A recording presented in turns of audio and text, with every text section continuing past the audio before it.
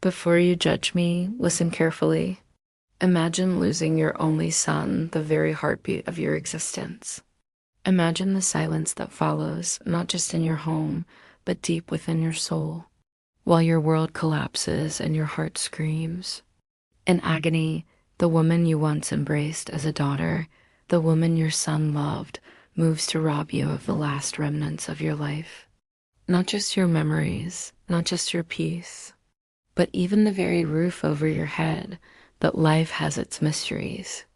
What if your son, sensing betrayal, left behind a secret message?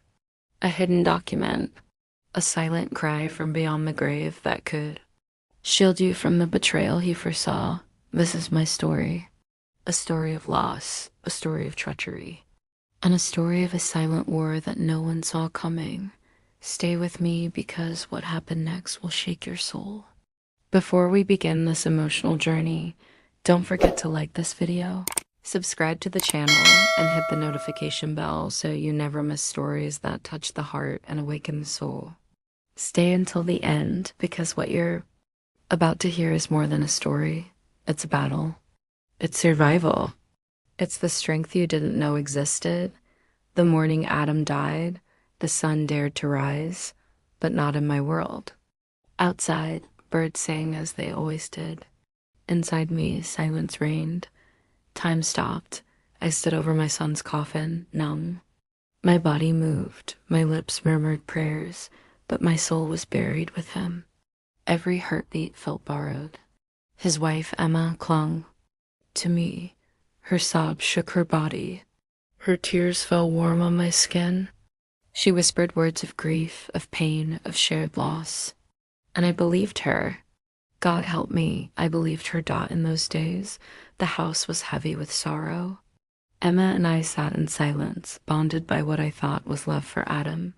We drank endless cups of untouched tea. I felt we mourned together. I thought I wasn't alone in my heartbreak, but grief can be a master of deception. Days passed. Emma's face changed. Her eyes no longer softened when they met mine. Her voice sharpened, brittle like glass. I dismissed it as grief transforming her. I excused her distance. I even blamed myself. Until that morning. We sat at the table, the same one where Adam once laughed, where he once dreamt aloud about children, about life. Emma placed her cup down, her expression unreadable. Then, without hesitation, she said the words that shattered what remained of me. You can't live here anymore. At first, I didn't understand. My world tilted. What do you mean? My voice cracked, like old wood. Her reply was cruel in its calmness. This house belongs to me now. Adam left it to me. You'll need to find somewhere else. She stood up. She walked away. And I sat there, a ghost in my own home. But as night fell, something stirred. Within me, a memory. A whisper, Adam's voice, clear, unmistakable. If anything happens to me, Mom, check the old study desk. That night, when Emma slept, I rose. Adam's study had remained untouched. A frozen world where his scent lingered, where dust gathered over his abandoned dreams. I traced the desk with trembling fingers, each heartbeat a desperate prayer. Behind a false panel in the drawer, I found it, a sealed envelope. Adam's handwriting. 3 words that broke me anew for Mom. I collapsed to my knees. I clutched that envelope as tears streamed down my face, not from sorrow alone, but from a fragile hope that maybe, just maybe, my son had foreseen this. Nightmare. Inside, folded carefully, was a document that changed everything. His will. Not the one Emma claimed. Not the one she paraded. This was different. This was real. This was his truth. His love letter to me, written in legal ink. Everything.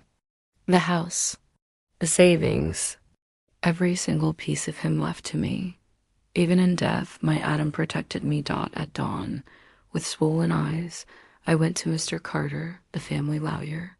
When he saw the document, his face drained of color. He unlocked his safe and revealed a second copy signed. notarized identical to the one in my trembling hands. He knew, Mrs. Thompson. Adam knew. He wanted you safe. I should have felt victorious, but fear clung to me. Why had Adam prepared for betrayal? Why hadn't he told me more? I left with the documents hidden beneath my coat. I returned to my home, where Emma brewed coffee, humming softly. Oblivious, I said nothing. I waited. Emma's cruelty didn't arrive as a single storm. It unfolded slowly, poisoning the air I breathed. Day by day, she chipped away at my soul. Her venom seeped into every interaction, every glance, every whisper. The woman who once called me mother transferred into a stranger who treated me like an unwanted guest in my own home. Each morning, as sunlight bathed the house Adam had built, Emma's barbed words greeted me. Why are you still here? You're clinging to the past? Adam wouldn't have wanted this. She twisted my grief into a weapon, wielding it against me mercilessly. Neighbors, once warm, began avoiding me. Emma whispered lies into their ears that I was losing my mind, that Adam had wished me gone, that I was a burden clinging to his memory. I watched from windows as she flaunted the life Adam had left behind. She wore diamonds he gifted her. She hosted parties in rooms where Adam once read books with me. She laughed loudly, cruelly, in spaces that once echoed with his gentle voice. Every insult, every humiliation, every falsehood was a dagger, but I stayed silent, not from weakness. From resolve. At night, when the house fell silent, I sat by Adam's photograph.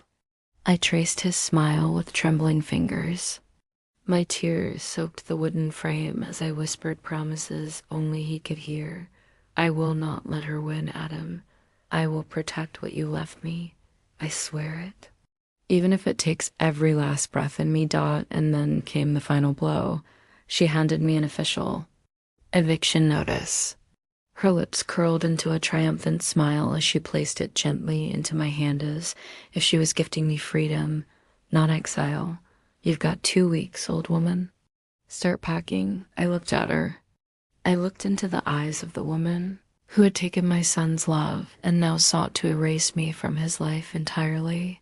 And I smiled, not in surrender. In readiness. She mistook my silence for defeat, but I was waiting for the right moment to strike back, not with anger, but with truth. The silent war had begun, and I would fight it with the strength Adam left in me. The day of the courtroom battle dawned gray and cold. As I stepped into the courthouse, it felt less like entering a place of justice and more like stepping onto a battlefield. The walls were sterile, but the air was thick with tension. Each breath I drew felt heavy. Emma arrived, draped in black, a performance of grief perfected. She walked with the poise of a widow seeking sympathy, her tears timed to fall when the judge glanced her way. Her lawyers stood tall beside her, confident, arrogant. They believed in her story. They believed in her lies, but I had something stronger. I had Adam's truth. I sat silently as Emma spun her web. Her voice trembled as she painted herself the victim, the grieving widow betrayed by her husband's deranged mother. She accused me of fabricating wills. She described me as unstable, delusional. Her lawyers nodded, their rehearsed lines reinforcing her narrative. Every word pierced me. Every lie suffocated me. I wanted to scream, to rise and shout that she was the liar, but I waited. Because I knew truth needs no defense, it needs proof. Then came Mr. Carter's moment. Calm, precise, unwavering, he rose and placed before the judge 2 documents. 2 copies of Adam's final will, one found by me, the other safely stored in his vault, notarized, legal, undeniable. The courtroom fell silent. Even Emma's lawyers leaned forward, uncertainty flickering in their eyes. The judge, a stern woman with eyes sharp as razors, read the documents aloud. Each word echoed in the chamber, slicing through Emma's fabrications, All assets are hereby bequeathed solely to my mother. Margaret Thompson. Emma's mask crumbled instantly. Her sobs turned to screams. She called me a forger, a thief. Her accusations filled the air like smoke, but the forensic expert stood ready. Adam's handwriting was verified. The documents were authenticated. The truth stood tall, uncheckable. Emma, once triumphant, now trembled in defeat. I sat frozen, not in disbelief, but in grief. This was Adam's voice from beyond the grave. His last protection. His silent justice. The judge delivered the verdict. Her tone final. Margaret Thompson is the sole beneficiary of the estate. All claims by the widow are dismissed. The documents are valid. Case closed. I should have felt victorious. Instead, as Emma collapsed in tears, I felt hollow. Winning didn't bring Adam back.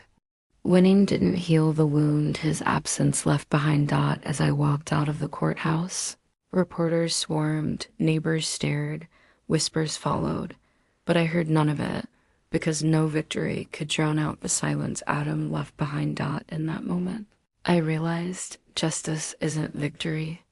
Justice is simply survival, and survival often tastes bitter. I walked home not as a woman who had won, but as a mother still searching for her son's voice in the wind. The courtroom battle was over, but the war within me had just begun. I returned to Adam's house, a house no longer stolen but reclaimed, but silence filled every room. His laughter, his voice, his life, they were gone. Victory without him was a cruel reward. I lit a candle before his photograph, whispering, I kept your promise, my son. I didn't let her win, but I lost you. Tears came then, raw and unrelenting. Days passed as I grieved anew, this time not from loss but from emptiness. One morning, I opened every window. Let sunlight pour in. I cleaned Adam's room, folded his clothes. I invited neighbors back. I reopened the courtyard and taught children their lessons once more, as Adam had loved. Revenge, I realized, isn't loud. It isn't shouting.